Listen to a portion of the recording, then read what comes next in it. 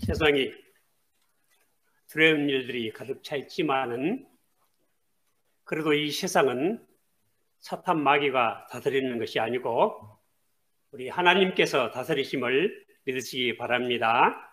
세상이 아무리 어려워도 우리 영원한 천국이 예약되어 있음을 확신하시고 오늘도 먼저 하나님께 찬양하시고 또 이 예배를 시작하시겠습니다.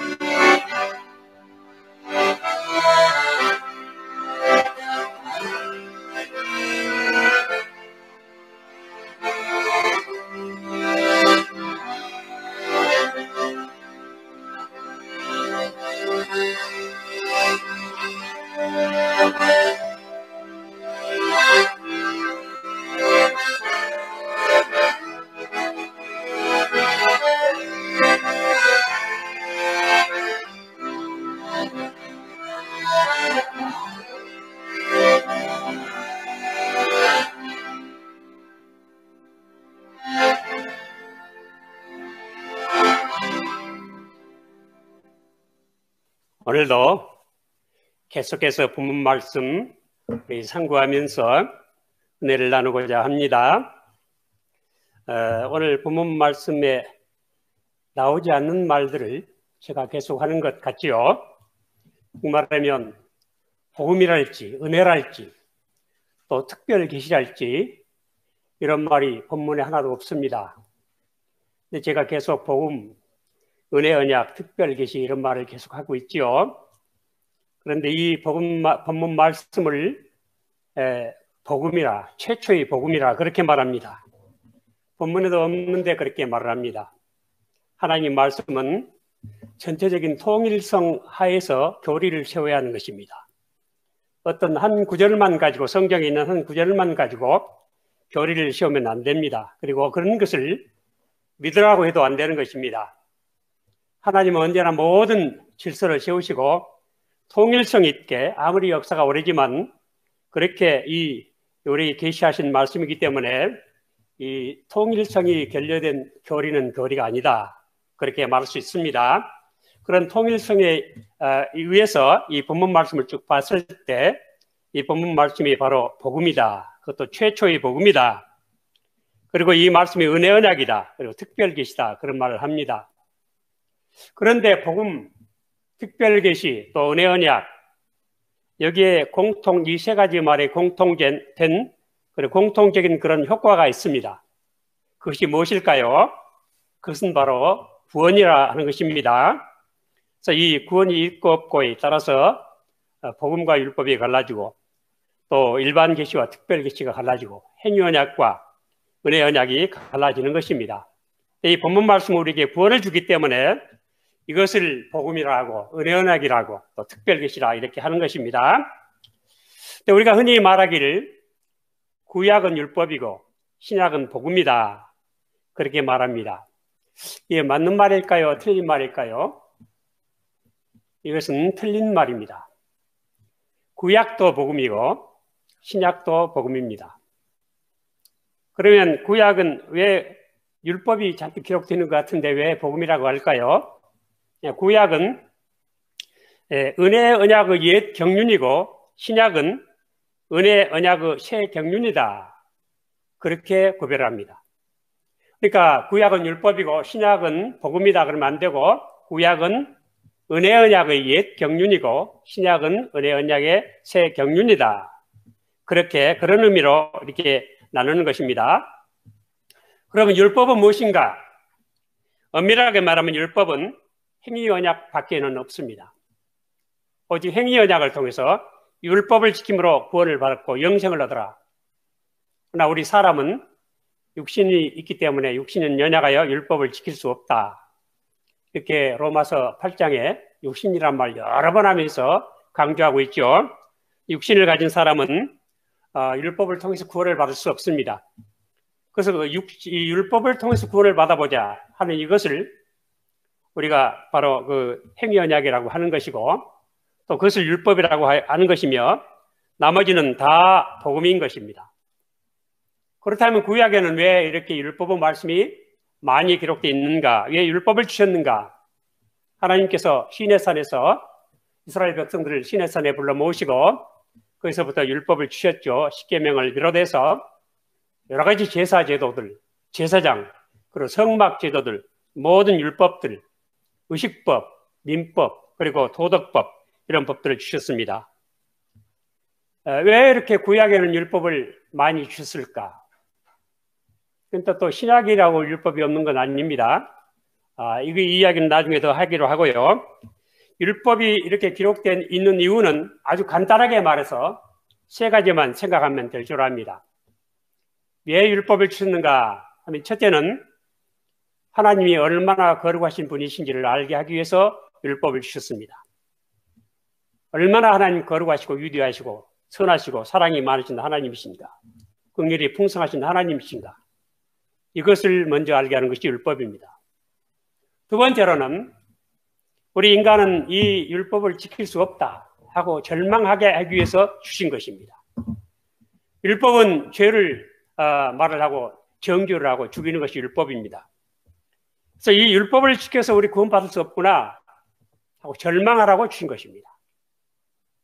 유대인들의 문제가 뭡니까? 바리새인들이 율법을 가지고 절망하기보다는 우리는 지키고도 남는다 하고 자랑을 했죠. 이것이 바리새인들의 문제였습니다. 유대인들의 문제였습니다. 율법 다 지키고, 바울도 그랬죠. 율법의 의로는 흠이 없는 자로다 하였습니다. 그러니까 율법의 번의와 이렇게 상반된 그런 생각을 했던 것입니다. 그러니까 율법을 주신 건 첫째, 하나님이 얼마나 거룩하신 분이신가. 두 번째는 우리 사람은 얼마나 소망이 없고 절망적인 존재인가 하는 것을 깨닫게 하기 주셨습니다. 그리고 세 번째는, 그러므로 우리가 율법 말고 다른 구원의 길을 찾아야 되겠다. 그 다른 구원의 길이 무엇입니까? 바로 예수 그리스도를 믿는 것입니다. 그래서 이 율법은 한마디로 말하면 복음을 믿으라고, 복음의 촉진제로 그렇게 해주신 것입니다. 그래서 우리 신앙생활도 또 마찬가지입니다. 여러분, 우리가 예수를 믿으면 우리 죄가 다 용서받았다, 과거, 현재, 미래의 죄가 다 용서받았다 그러지만 날마다 회개를 해야 됩니다. 왜냐하면 우리에게 날마다 주신 이 용서를 늘 생각하면서 그 용서를 또다시 우리 삶에 충용해서 그 용서를 느끼면서 이렇게 살려고 해서 날마다 회개하라고 하신 것입니다. 율법을 주신 것도 똑같습니다. 그래서 이 복음은 그냥 마구잡이로 됐다 그렇게 하지 말고 안 되겠다 하면서 주 예수 그리스도의 은혜를 늘 충용하도록 하기 위해서 율법을 주신 것입니다. 제가 믿음이란 지난주에 그랬죠? 하나님께서 그리스도 예수 안에서 우리에게 약속하신 모든 은혜를 받아 신뢰하는 것. 다시 말하면 예수 그리스도 안에 있는 하나님의 은혜를 신뢰하는 것. 이것만이 구원받는 은혜입니다. 우리가 다른 믿음들, 예를 들어서 이적적인 신앙도 많이 있습니다. 그 이적적 신앙에 제일 사람들이 취약한 것 같아요. 우리가 예수 믿다 보면 이적도 있고 기적도 있고 체험도 있고 별별 거 다 있습니다. 귀신도 쫓아내고요, 병도 낫고 다 있습니다. 그러나 이적적 신앙이라는 건 이적 자체가 목적이 되고 이적을 주시는 분은 관심이 없어지는 거예요. 이적 자체가 목적이에요. 그래서 이적을 베푸신 분의 말씀을 벗어나 버리기 쉬워요. 그래서 이적적 신앙을 구원의 신앙으로 치지 않습니다. 수많은 사람들이 누가 이적을 베풀었다 그러면 그것으로 그냥 끝납니다. 구원의 신앙은 아닌 것입니다. 우리가 항상 하나님의 율법을 생각하면서 나는 안 됩니다, 안 됩니다. 예수님 아니면 나는 살 수 없습니다. 그렇기 때문에 이런 목적으로 율법을 주신 것이기 때문에 다시 말하면 율법은 한마디로 우리 신앙의 촉진제다. 예수님을 믿는 믿음의 촉진제다. 그래서 그 율법을 몽학선생이라 그러셨죠. 가정교사. 또 예수 믿어야 산다. 예수 믿지 않으면 너는 아무리 율법을 가지고는 구원받을 수 없다. 이것을 우리에게 촉진시켜 주기 위해서 하나님 율법을 주셨다 하고 우리는 그렇게 믿으시기를 바랍니다. 그런데 오늘 이 본문 말씀은 왜 복음인가? 구약이 왜 복음인가? 구약에 우리 사람의 그 몸에 뼈도 있고 살도 있지 않아요? 율법이 살아야면 뼈와 같은 것이 있어요. 뼈와 같은 것이 뭐냐면 바로 이 여인의 후손이에요. 여자의 후손이에요. 즉 말하면 예수 그리스도, 하나님 앞에 중보자, 우리 구속주, 바로 그분을 예언하고 있는 것입니다. 구약이. 그렇기 때문에 이 뼈대를 중심으로 봤을 때 구약은 복음일 수밖에 없다. 그래서 오늘 구약의 예언, 이 창세기 3장 15절이 신년과 예언과 이적으로 되어 있다 그랬죠. 그 예언에 대해서 제가 한 17가지 정도로 말씀드리려고 하는데 오늘 시간이 없고 한 몇 가지만 이 시간 오늘에게 상고하고 마치려고 합니다. 그러면 이 구약 말씀이 이 뼈대와 같은, 성경의 뼈대와 같은 이 여자의 후손에 대한 예언을 어떻게 하고 있는가 하는 것입니다. 첫째로 이 여자의 후손이 유다 지파를 통해서 베들레헴에서 출생하실 것이다 하는 예언을 했습니다. 미가서 5장 2절에 베들레헴 에브라다야 너는 유다 족속 중에 작을지라도 이스라엘을 다스릴 자가 내게로 나올 것이다. 그의 근본은 상고의 태초에니라고 말씀하셨습니다. 그러니까 근본의 태초에, 이 상고의 태초에라고 말씀했지만 그건 우리 사람이 이해하기 위해서 그렇게 말씀했고 사실은 예수님은 태초에, 여러분 예수님이 태초에 계셨어요? 안 계셨어요? 여러분 요한복음 1장 1절에 태초에 말씀이 계시니라, 이 말씀이 하나님과 함께 계셨으니 곧 이 말씀은 하나님이시니라 했죠. 그 말씀이 태초에 붙어 있었습니까? 태초에 이미 있었습니까? 바로 이거예요. 그래서 요한복음 1장 1절 태초, 이것은 예수님이 말씀이 계시니라는 것은 창세기처럼 태초에 말씀을 창조하시니라가 아니에요. 태초에 이미 계셨어요. In the beginning was the word. 이미 과거로 계셨어요. 그래서 영원하신 분을 의미합니다. 이것을 미가 선지자는 상고의 태초에니라 그냥 우리 사람 이해하라고, 우리 생각할 수 없이 오래오래 계신 분이다, 이것을 이런 식으로 표현하고 있는 것입니다. 이렇게 예언을 했는데 예수님 어디에서 탄생하셨습니까? 베들레헴에서 탄생하셨습니다. 마태복음 2장 1절에 헤로드 왕 때 예수께서 유대 베들레헴에서 나심에 동방으로부터 박사들이 예루살렘에 이르러 말하되, 예수님이 베들레헴에서 나셨어요. 근데 이 예수님이 어디에서 잉태되셨죠? 요셉과 마리아가 어디에 살았어요? 나사렛에 살았어요. 갈릴리 나사렛이라는 동네에 사셨어요. 근데 이 갈릴리 지역은 그때 당시에 이방 땅이에요. 이방 땅. 왜냐하면 솔로몬 왕이 성전을 지었죠. 성전을 지을 때 그 두로 왕 히람이, 두로에는 목재도 많고 금도 많고 아주 부자 나라였던 것 같아요. 그러니까 무역을 잘해가지고 아주 돈이 많은 나라였던 것 같아요. 그래서 두로 왕에게 부탁을 해서 우리 백향목과 잣나무 그리고 금 같은 거 좀 보내달라고 하니까 이 두로 왕이, 히람이죠 이름이, 솔로몬 왕이 원하는 대로 백향목이나 잣나무나 금을 막 공급을 했어요. 성전을 딱 완성시킨 후에 솔로몬 왕이 갈릴리 지역 20개 성읍을 떼어서 히람에게 선물로 주고 말았어요. 잘했습니까? 아멘 할 일입니까? 하나님이 주신 땅을 그렇게 줘도 됩니까? 그래서 갈릴리 지역이 이방 지역이 돼버린 거예요. 근데 히람이 그 왕이, 두로 왕이 이것을 받고는 와서 봐요. 솔로몬 왕이 얼마나 좋은 땅을 줬는가 보자. 와서 보니까 형편없어요. 그래서 형이요, 형님, 이게 뭐 이렇습니까? 하고 아주 탐탁지 않게 여겼어요. 그러면서 금을 120달란트나 보냈다 그러죠. 하여튼 그렇게 해서 그때 당시에도 그래서 이사야 선지자는 이방의 갈릴리를 영화롭게 하셨느니라. 이방의 갈릴리라 그래요. 갈릴리 지역에. 근데 그 요셉과 마리아가 거기 살았어요. 갈릴리 나사렛이요. 그런데 하나님은 섭리죠. 그 가이사 아구스토가 영을 내려가지고 천하로 다 호적하라 하고 명을 내렸죠. 왜 호적을 하라고 했을까요? 그 세금 거두려고. 그 인두세라 그래요. 머릿수 따라서 세금 거두려고. 호적하라 해서 고향으로 갔어요. 그 고향이 어디죠?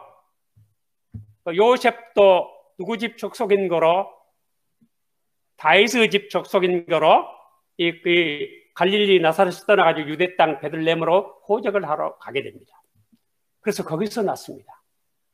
하나님의 섭리예요. 그래서 이 베들레헴의 그 다윗의 동네죠. 베들레헴은 다윗의 동네고 항상 그 다윗의 고향이에요. 거기서 살았어요. 그래서 나중에 그 블레셋과 다윗이 왕이 되자마자 블레셋이 쳐들어왔죠. 다윗이라는 놈이 왕이 됐단다 하면서 쳐들어왔어요. 그랬을 때 전쟁을 하는데 다윗이 아주 용맹한 용사 세 사람이 있었죠. 몇백 명을 상대로 해서 다 죽이는 거예요. 그런데 그때 그 다윗이 누가 나로 하여금 그 베들레헴 성문 곁에 있는 그 우물물을 나로 마시게 할까 그러는 거예요. 그런데 그 베들레헴 성은 블레셋 군이 주도를 하고 있어요. 이 세 용사가 세 사람이 가가지고 적들을 쳐부수고 물을 떠가지고 다윗에게 갖다 드리죠. 그러니까 다윗이 그걸 보고는 야 이건 세 사람은 피다. 나 이걸 마실 수가 없다 하면서 하나님께 부어드렸다. 그런 것들이 열왕기상에 보면은 9장에 잘 나와 있습니다. 이와 같이 베들레헴은 다윗의 동네고 이 요셉도 다윗의 집 족속, 즉 말하면 예수님은 다윗의 혈통, 정말 다윗의 혈통은 왕의 혈통이에요. 그래서 왕으로 나신 일을 증거하기 위해서 꼭 거기서 나셔야만 했던 거예요. 이렇게 해서 예수님은 거기서 베들레헴에서 나시고 또 다시 애굽으로 가셨다가 나사렛에 가서 사시죠. 그래서 이방의 갈릴리를 영화롭게 하셨느니라. 그래서 이렇게 사망의 그늘에 앉은 백성에게 큰 빛이 비쳤다 하고 말씀하십니다. 여러분, 우리 예수 그리스도께서는 우리 낮고 천한 곳에 사람들이 보잘것이 없다고 하는 곳에 빛을 비춰주심을 믿으시기 바랍니다. 그래서 예수님 오셨을 때 처음으로 제자를 부르실 때 빌립이 나다나엘에게 가서 야 선지자가 말씀한 그분을 우리가 만났다. 우리 가보자. 그러니까 나다나엘이 나사렛에서 무슨 선한 것이 나겠느냐. 치지도 않아요. 이방 땅, 솔로몬도 내버린 그 땅에 무슨 선한 것이 나겠느냐. 이렇게 아주 치지를 않아요. 그러니까 빌립이 뭐라고 해요? Come and see. 와보라. 하여튼 보고 얘기해라. 예수님 만나가지고 당신은 하나님의 아들이시고 이스라엘의 임금이로소이다 하고 고백을 하게 되죠. 이와 같이 이 갈릴리 땅, 현하고 보잘것이 없는 곳에 우리 예수님의 빛을 비추시고 또 베들레헴도 작은 성인데 예수님이 탄생하시고 그것도 말구에서 탄생하셨습니다. 그래서 우리 지극히 낮은 곳에 가장 가난한 자들에게 빛을 비춰주시고 사람들은 손가락질하고 사람 취급도 안 하는 그곳에 구원의 빛을 비추시려고 우리 주님 오셨습니다. 이런 주님이 오늘 우리의 처소에 임하시는 역사이시기를 축원합니다. 그래서 이런 게 복음이라는 거예요. 그래서 구약이 복음을 예언하고 있어요. 그래서 구약이 율법이 아니에요. 두 번째로는 이사야 40장 3절에 외치는 자의 소리여 가로되 너희는 광야에서 여호와의 길을 예비하라 사막에서 우리 하나님의 대로를 평탄케 하라 했습니다. 그래서 외치는 자의 소리가 이렇게 나타났는데 그게 누굽니까? 세례 요한에 대한 예언이지요.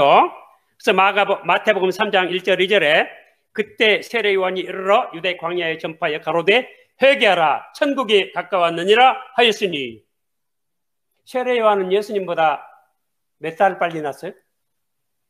6개월 빨리 났죠. 세례 요한도 탄생하지 못할 건데 특별히 천사가 와서 그 사가랴에게 예언을 하죠. 아들 낳을 것이다. 사가랴가 믿어요, 안 믿어요? 안 믿어요. 왜 묘하게 성경은 하나님께서 생육하고 번성하라, 땅에 충만하라. 그래서 아주 생육하고 번성하는 그런 역사가 가득하죠. 그래서 이스라엘 백성들이 애굽에서 노예 생활하면서도 그 고된 일을 하면서도 지금 말하면 월급도 못 받으면서 노예 생활을 했는데도 자식들을 잘 낳아요. 그래서 그 애굽 왕이 걱정을 했어요. 이스라엘 수가 저렇게 많아지면 큰일 나는 수가 있겠다.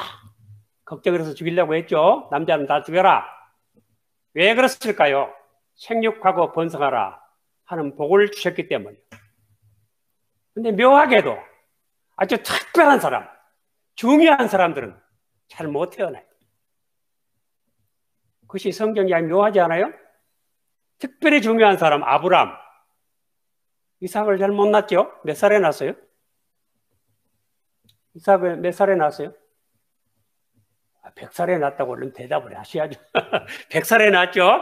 예, 아브람도 그 아내 사라도 포기했어요. 아들 못 낳는다. 그런데 낳게 해요. 그래서 하나님께서 그 17장에 창세기 17장에 나는 엘샤다이 하나님이시다. 그 엘샤다이가 무슨 뜻이냐면 전능하신 하나님이라는 뜻인데 그건 뭐냐면 자연의 능력을 은혜에 사용하도록 하시는 하나님이라는 뜻이에요. 그러니까 생각해 보세요. 아브라함이 자연으로는 아들을 못 낳아요. 나이 늙어가지고 100살이니까. 근데 자연의 능력을 은혜에 사용을 해서 아들 낳게 하시고 이게 엘샤다이 하나님이에요. 여러분 우리 엘샤다이 하나님께서 우리에게도 이와 같은 복을 주실 줄로 믿습니다. 그래서 아브라함도 아들을 그렇게 어렵게 낳고 다윗도 그래요. 제가 룻기 얘기할 때 잠깐 얘기했지만 다윗도 못 태어날 건데 그렇게 묘하게 나오미 그 룻을 통해 가지고 이방 여인을 통해 가지고 그 천국의 친척 보아스를 통해 가지고 오벳을 낳고 이새를 낳고 다윗을 낳죠. 이렇게 해서 묘하게 태어납니다. 하나님이 택하신 백성들은 생육하고 번성하는 자연적인 과정이 아니에요. 그리고 세례 요한도 그랬고요. 이와 같이 이 하나님께서 난 자는 육친으로 난 자가 아니다.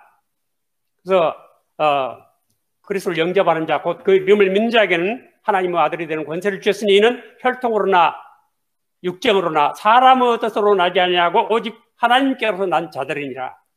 하나님께로서 난 것을 표하게 하기 위해서 이렇게 어렵게 나요. 그래서 세례 요한이 태어나가지고 광야에서 무엇을 먹습니까?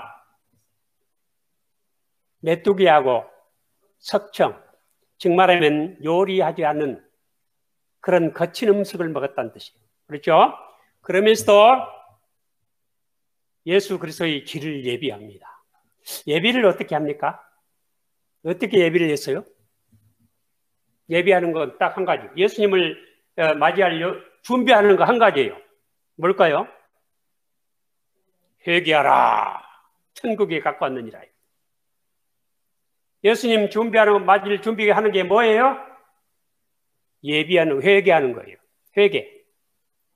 우리는 세례요한은 초림의 예수 길을 예비했지만 우리는 무엇을 예비합니까? 재림 예수님 오심을 준비해야 됩니다. 재림 예수, 다시 오실 예수님을 맞이할 준비는 무엇일까요? 똑같이 회개에 있습니다. 회개해야 됩니다. 회개는 두 가지예요. 첫째, 그냥 뉘우치고 돌아오는 것 있고, 이 뉘우치는 거 있고 돌아오는 거 있어요. 뉘우치는 것은 내적인 회개고 돌아오는 것은 외적 회개를 말이에요. 마음도 생각도 행동도 다 돌아서야 한다는 거예요. 지금 우리나라는 회개할 것이 너무 많은 것 같아요. 특별히 우리 한국 기독교가 우리나라에 복이 되기는커녕 해가 되는 것 같지 않아요? 회개해야 됩니다. 그리고 이 한국교회가 복음을 바로 증거치 아니하고 우리 고린도후서 4장에 있는 말씀대로 하나님의 말씀을 혼잡게 아니하고 오직 진리를 나타내야 되는데 베레베를 혼잡한 얘기만 하고 있습니다. 그리고 예수님은 사람보다도 자기 사람 만들고 있는 것 같아요. 우리 깊이 생각하고 다시 한번 생각해보고 회개할 큰 일인 줄 압니다. 이것이 재림 예수를 준비하는 길이에요. 우리 죄에 빠진 사람들에게 가장 위대한 일은 회개하는 것보다 밖에 다른 일은 없습니다. 저나 여러분이나 모두 늘 회개해서 다시 오실 우리 주님을 맞이할 준비를 하시는 우리 모두 되시기를 바랍니다.